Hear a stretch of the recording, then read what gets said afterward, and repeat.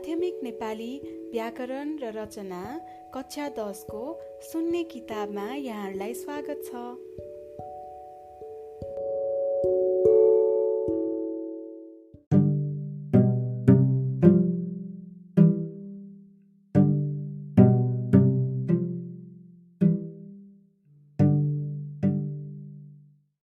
एकाइ 10 पाना नम्बर 225 पाठगत बोध संक्षिप्त उत्तर।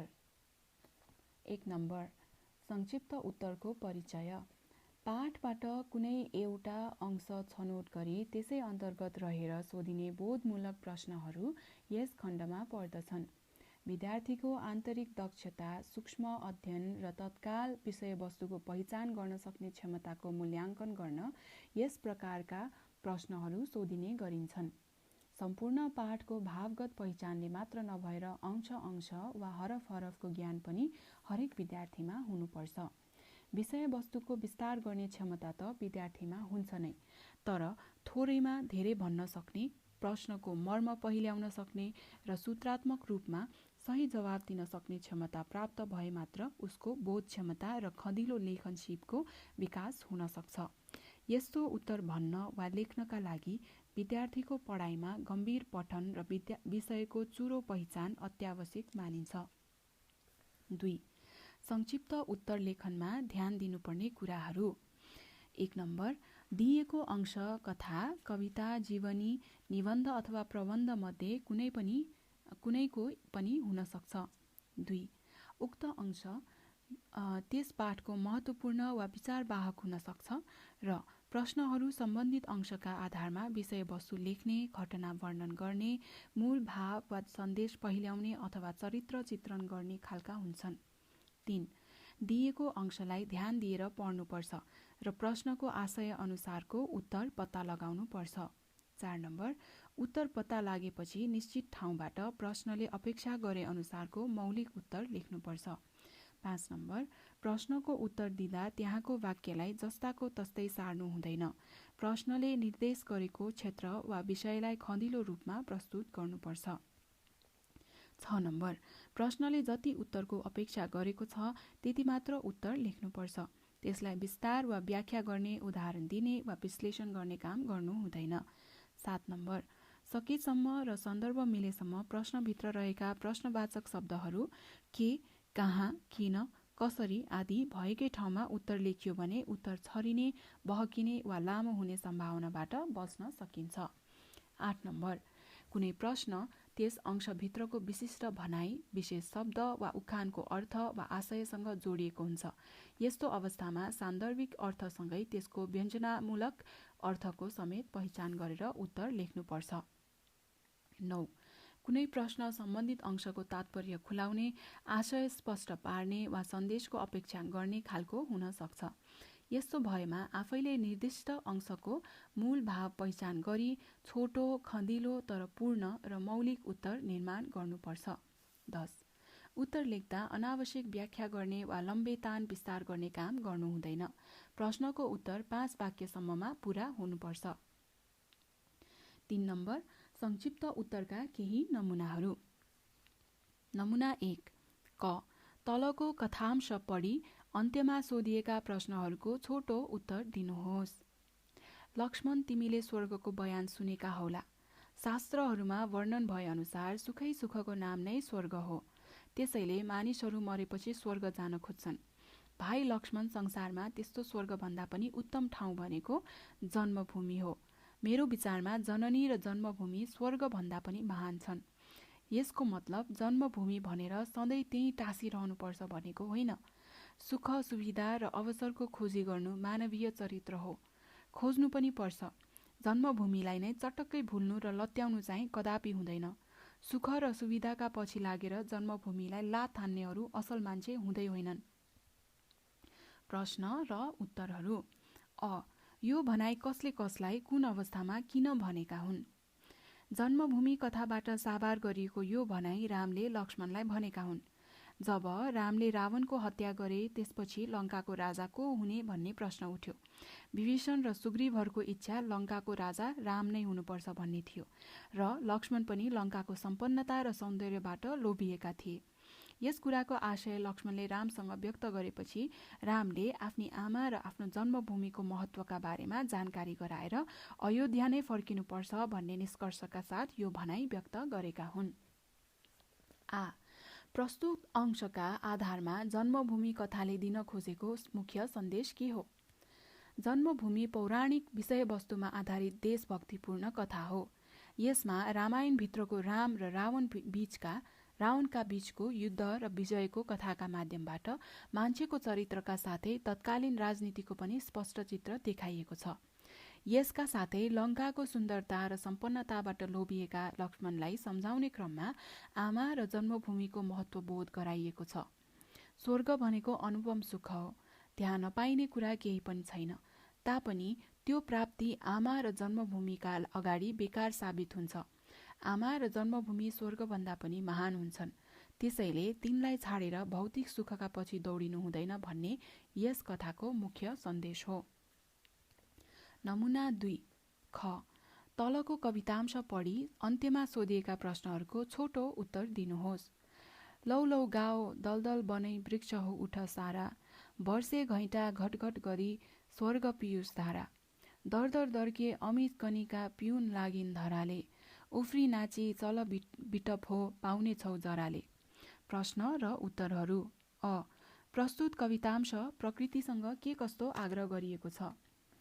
वर्षा कविताबाट साभार गरिएको यस अंशमा वर्षाकालीन प्रकृतिको चित्रण गरिएको छ।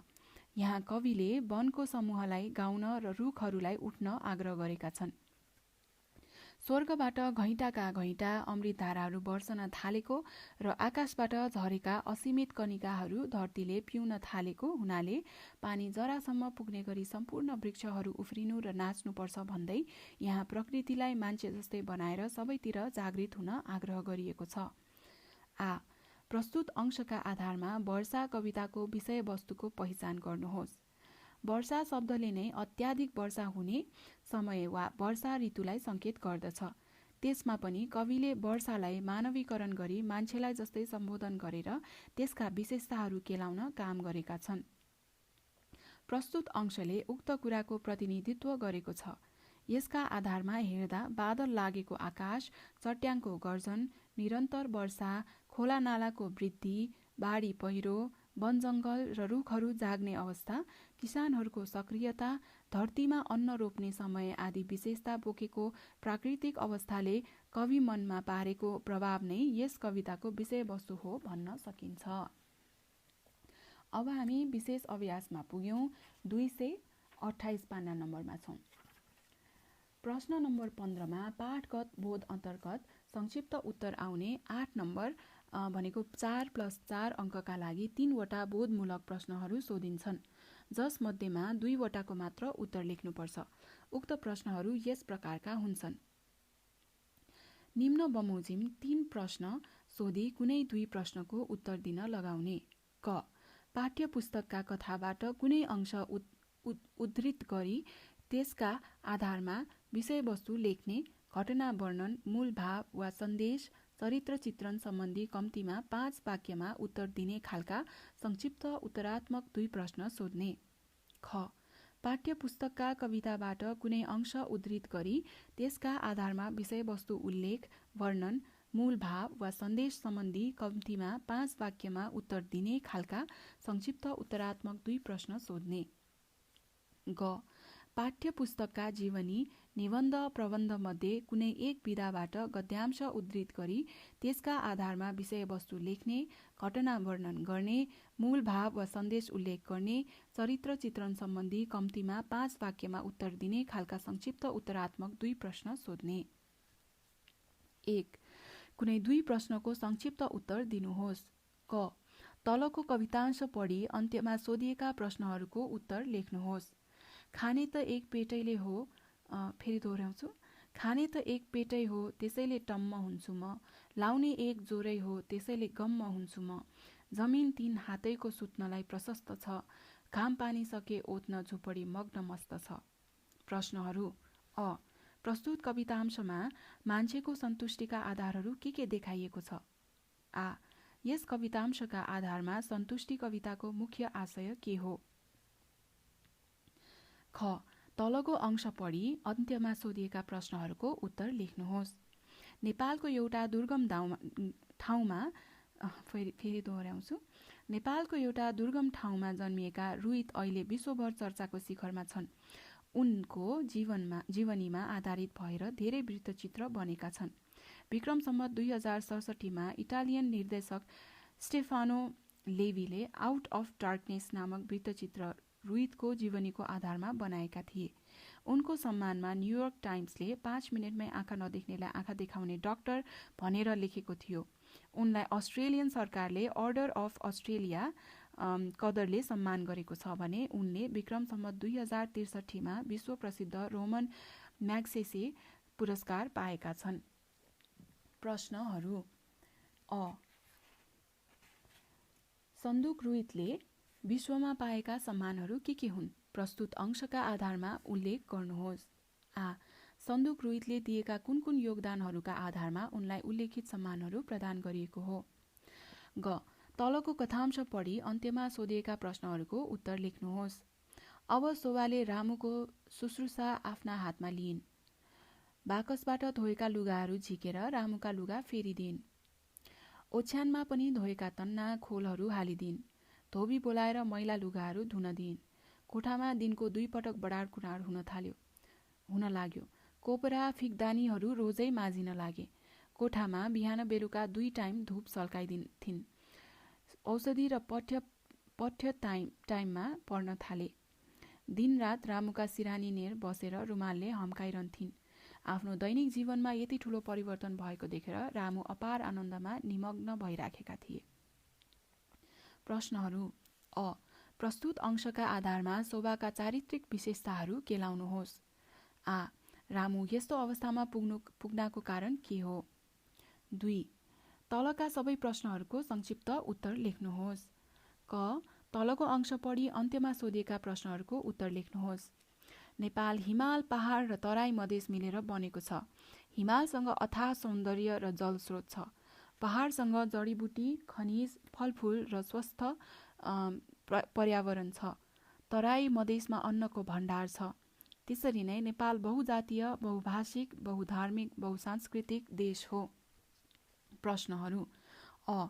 नेपालका भौगोलिक, प्राकृतिक र सामाजिक विशेषताहरू के हुन्? आ. नेपाल विविधताभित्र एकता भएको देश हो भन्ने आधारहरू के छन्? ख. तलको अंश पढी अन्त्यमा सोधिएका प्रश्नहरूको उत्तर लेख्नुहोस्। नेपालमा मधेस, पहाड र हिमालमा अलग अलग प्रकारका संस्कृति छन् र ती सबै मिलेर नेपाली राष्ट्रिय संस्कृतिको निर्माण भएको छ। हामीलाई थाहा छ मधेसमा मिथिला, भोजपुरा, अवध आदि संस्कृतिहरू छन्। थारूहरूको आफ्नै सांस्कृतिक पहिचान छ। पूर्वी तराईमा रहेका सतार, मेचे, दनुवार, धिमाल, राजवंशीहरूका आफ्नै संस्कृतिका मौलिकता छन्। त्यसरी नै नेपालका मुस्लिमहरूको आफ्नै संस्कृति छ। पहाडमा तमाङ, गुरुङ, मगर, राई, लिम्बूका आफ्नै सांस्कृतिक पहिचान छन्। हिमाली क्षेत्रमा शेर्पा लगायतका विभिन्न जातिका आफ्नै प्रकारका संस्कृति छन्। यसरी देशमा सबै धर्म, जाति, भाषा आदिको योगले नेपाली संस्कृतिको साझा रूप तयार भएको छ। प्रश्नहरू। अ. यहाँ कुन जाति र संस्कृतिको उल्लेख गरिएको छ? आ. नेपालमा संस्कृतिको साझा रूप कसरी तयार भएको छ? ग. तलको अंश पढी अन्त्यमा सोधिएका प्रश्नहरूको उत्तर लेख्नुहोस्। विश्वव्यापीकरण सम्पन्न र शक्तिशालीका पक्षमा छ र विपन्नहरूका अहितमा छ। विश्वव्यापीकरणले विकसित र बलियाहरूको भाषा, उनीहरूकै संस्कृति, उनीहरूकै प्रविधिलाई संसारभर फैलाउँछन्। जो धनी छ उसैले आर्थिक लगानी गर्न सक्छ। आफूले लगानी गर्ने उत्पादक कम्पनीहरूमा उसले आफ्नै भाषा, आफ्नै प्रविधि, आफ्नै संस्कृति लागू गर्छ। त्यसैले विश्वव्यापीकरण भनेको संसारका धनी देशहरू र धनी मानिसहरूका लागि उपयुक्त छ, गरिब र विपन्नहरूका लागि होइन। प्रश्नहरू। विश्वव्यापीकरणबाट हुने फाइदा र बेफाइदाहरू के हुन्? आ. यस अंशमा भन्न खोजेको कुरा के हो? घ.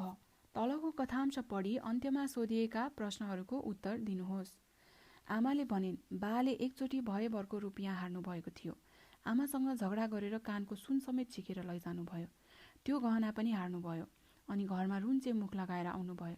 मैले सम्झाएँ, अब मुख अँध्यारो पारेर रोएर के गर्नु? हार्ने हारिसक्यो। मैले लक्ष्मी पूजालाई सरजाम किन्न भनेर लुकाइराखेको 2 रुपैयाँ बालाई दिएँ। त्यो रुपैयाँ लिएर तिमीलाई कुममा राखेर लैजानुभयो। पूजा सरजाम नकिनी जुवा खेल्नुभयो र फेरि सुन फिर्ता ल्याउनु भयो। उल्टै 50 रुपैयाँ जित्नुभयो। बाले दङ्ग हुँदै खुसीले उफ्रँदै यो लाल साह्रै छुकिरहेछ, यो पछि धनी हुन्छ भन्नुभयो। प्रश्नहरू। प्रस्तुत अंशले नेपाली सामाजिक समस्याको कुन पक्षलाई सङ्केत गरेको छ? आ. प्रस्तुत अंशका आधारमा लक्ष्मी पूजा कथामा के कस्तो बाल मनोविज्ञानको प्रयोग भएको पाइन्छ? ङ. तलको अंश पढी अन्त्यमा सोधिएका प्रश्नहरूको उत्तर लेख्नुहोस्। क्लाराको शिक्षा आर्जन घरबाटै सुरु भयो। घरमा बुवाको निजी पुस्तकालय थियो। क्लारा स्कुलका साथसाथै घरको पुस्तकालयमा पनि पढ्थिन्। उनलाई साहित्य र इतिहासका पुस्तकहरू खुब मन पर्थे। स्कुलमा उनले फ्रेन्च, इटालियन र अङ्ग्रेजी भाषा सिकिन्। 15 वर्षको उमेरमा उनले माध्यमिक तहको शिक्षा पुरा गरिन्। माध्यमिक शिक्षा पुरा गरेपछि क्लारा विश्वविद्यालयमा भर्ना भएर पढ्न चाहन्थिन्, तर त्यति बेला जर्मनीमा महिलाहरूका लागि विश्वविद्यालय शिक्षा सहज थिएन। त्यसैले उनी एउटा शिक्षक प्रशिक्षण संस्थामा भर्ना भइन्। प्रश्नहरू। क्लाराको शिक्षारम्भ र उच्च शिक्षाको अध्ययन के कसरी सम्पन्न भयो? आ. प्रस्तुत अंशका आधारमा तत्कालीन जर्मनीको सामाजिक तथा शैक्षिक अवस्थाको विश्लेषण कसरी गर्न सकिन्छ? च. तलको कवितांश पढी अन्त्यमा सोधिएका प्रश्नहरूको उत्तर दिनुहोस्। सडक हुँ बाढीमा डुब्न सक्छु, सडक हुँ पहिरोले पुरिन सक्छु, माटो ढुङ्गा पन्छाए पानीको भेल तह लगाए फेरि देखिन सक्छु, जोडिएर फेरि चालु हुन सक्छु, सडक हुँ हराउँदिन, सडक हुँ कहिले भाँचिन्न, मसँग यति नै अपेक्षा राख। प्रश्नहरू। यहाँ सडकका समस्याहरूलाई कसरी देखाइएको छ? आ. यस कवितांशले भन्न खोजेको कुरा के हो? छ. तलको कथांश पढी अन्त्यमा सोधिएका प्रश्नहरूको उत्तर लेख्नुहोस्। गृहमन्त्रीको दौडाहा हुने भएकोले उनको स्वागतको प्रबन्ध मिलाउने समितिले माउजङ बाबु साहेबलाई निम्त्याएको थियो। नेपालगञ्ज बजारमा जानुभन्दा एक दिन अघि नै बडो सावधानी साथ बाबु साहेबले आफैले कोटलाई राम्ररी सुकाएर ब्रस लगाउन थाले। धुलोको मुस्लो नै उठेको जस्तो थियो। कहिले पनि ब्रस लगाएकै रहेनछ। उनले सुसारे सहयोगी बैठकेदेखि रानी साहेबलाई समेत झपारे। क्या हो, यो आफैले नगरे हेर्नु देख्नु केही पनि छैन होइन? यो रास धुलो यस्तो कोटमा यसैले त यसको रङ नै धमिलिएको, नत्र रङ उड्ने खालको हो र यो? धुलै धुलोले भरिभराउ पारेर सक्कली रङ नै सखाप भएको पो त। प्रश्नहरू। बाबु साहेबको कोटको अवस्था कस्तो थियो? आ. यहाँ बाबु साहेबको कोटलाई के को प्रतीकका रूपमा प्रस्तुत गरिएको छ? ज. टीका एकाङ्कीमा के कस्तो राष्ट्रभक्तिको सन्देश पाइन्छ? झ. जय भुडी निबन्धले नेपाली समाजको कुन पक्षमा व्यङ्ग्य गरेको छ? य. नेपाली संस्कृतिका विशेषताहरू के हुन्? ठ. नेपाली समाजमा अपाङ्गता भएकाहरूले भोग्नु परेका समस्याहरू के हुन्? ठ. सन्तुष्टि कवितामा कुन कुन कुरामा सन्तोष लिनुपर्ने सन्देश दिएको छ? यसका साथै पान्ना नम्बर 231बाट एकाइ नम्बर 10 को अन्त्य भएको छ। एकाइ 11 मा भेटौँला।